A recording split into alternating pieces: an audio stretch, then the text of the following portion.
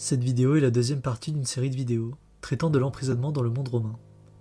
Si tu n'as pas vu la première, le lien est dans la description. L'étude de l'univers militaire romain est autant vaste qu'ancien. On ne dénombre plus les livres ou ouvrages relatant les plus grands succès militaires romains ou l'organisation de ces légions.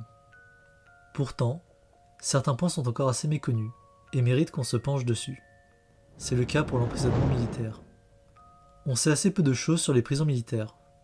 Celles-ci ne sont presque jamais mentionnées dans les textes, et quand c'est le cas, aucune information n'est fournie sur ce bâtiment.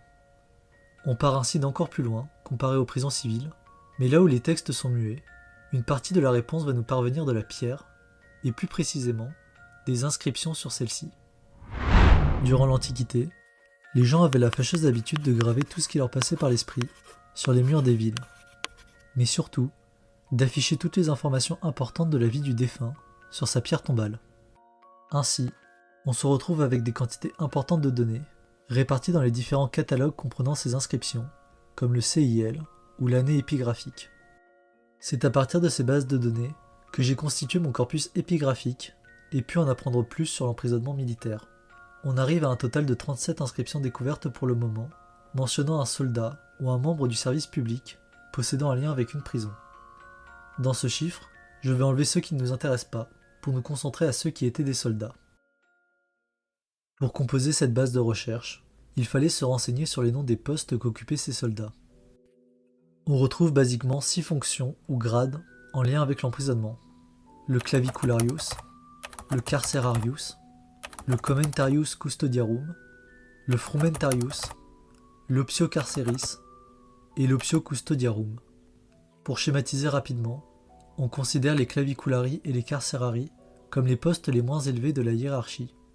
Ceux-ci étaient sous les ordres des optiones, l'optio carceris qui stationnait dans les casernes urbaines, et l'optio custodiarum dans les camps militaires.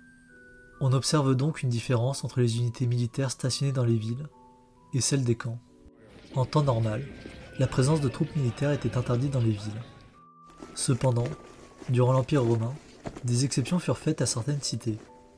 C'est comme ça que les cohortes urbaines furent stationnées à Rome, Lyon et Carthage. Pour Rome, compte tenu de sa forte densité et du nombre important d'incendies, Auguste créa le corps des vigiles, dont la fonction de base était la lutte contre les incendies, mais qui se virent ensuite confier des missions de maintien de l'ordre public et d'emprisonnement. En plus des vigiles, qui étaient stationnés dans des casernes réparties à travers la ville, la capitale pouvait compter sur la présence des prétoriens, gardes de l'empereur. Concernant les cohortes de vigiles, la découverte de 2 inscriptions nous permet de mieux comprendre la répartition de ces soldats au sein de cette unité. La 5e cohorte était composée de 3 carcerari, ainsi que 3 optiones carceris.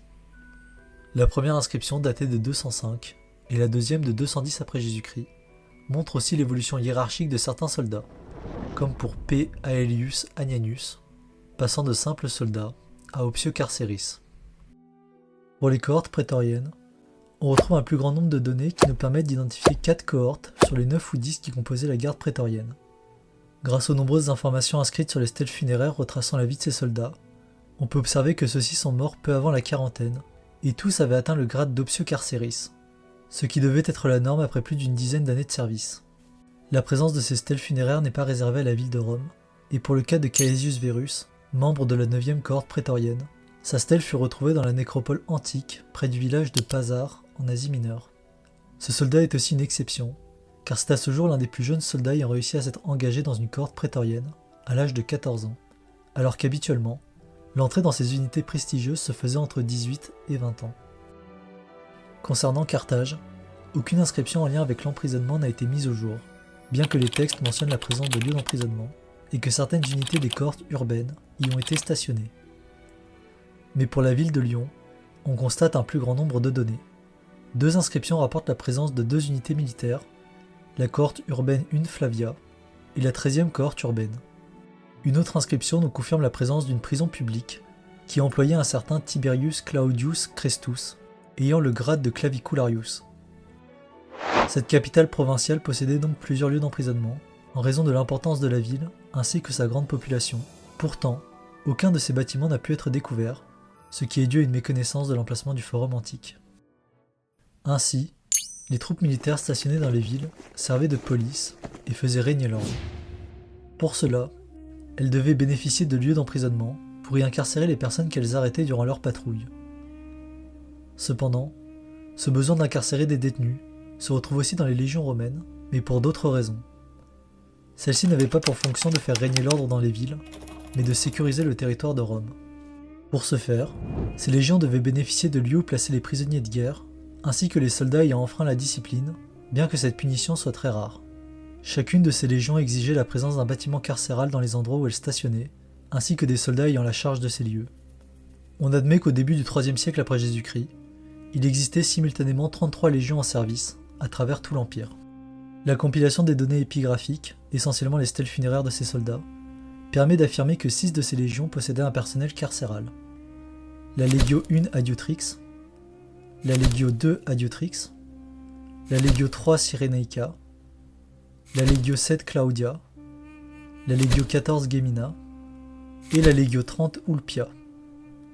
À celle-ci on peut ajouter la Legio III Augusta, dont fut retrouvé dans le camp principal à Lambèse les vestiges d'un lieu d'emprisonnement.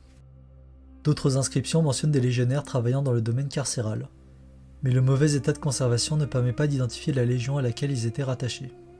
Par exemple, une stèle funéraire retrouvée près de Sirmium et mentionnant 2 claviculari pourrait appartenir à des soldats de la Legio IV Flavia Felix, qui stationna près de la ville à cette période, mais rien ne permet de l'affirmer sur la stèle.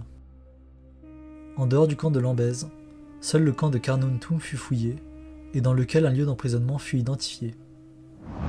Cependant, l'identification de ce bâtiment comme une prison demeure encore incertaine malgré quelques indices. Le plus important est la découverte de 3 hôtels, offerts par des soldats en charge de la gestion de la prison, sur une période temporelle restreinte, allant de 200 à 300 après Jésus-Christ. Ces soldats de la Legio XIV Gemina déposèrent ces hôtels dans une zone précise du camp, où à proximité fut mis au jour un bâtiment avec une possible geôle. Cependant, cet édifice pourrait être un entrepôt, comme ceux situés à proximité. Il est donc délicat d'affirmer qu'il s'agissait d'un lieu d'emprisonnement. Le lien entre la religion et les lieux d'emprisonnement est profond, celle-ci étant une partie importante de la vie dans un camp. 2 divinités principales semblent être reliées aux gardiens de prison, Némésis et Mercure. Pour Némésis, 5 inscriptions la mentionnent, offertes par des soldats carcéraux. Cette déesse était plébiscitée par ces soldats pour son lien avec les prisonniers. Ceux-ci adressaient leurs hôtels à Némésis Augusta, nom qui ne se retrouve mentionné que par des gardiens de prison. Avec l'évolution de la société romaine, on voit l'apparition de la religion chrétienne dans ce corps de métier qui, quelques siècles plus tôt, martyrisa grandement les chrétiens.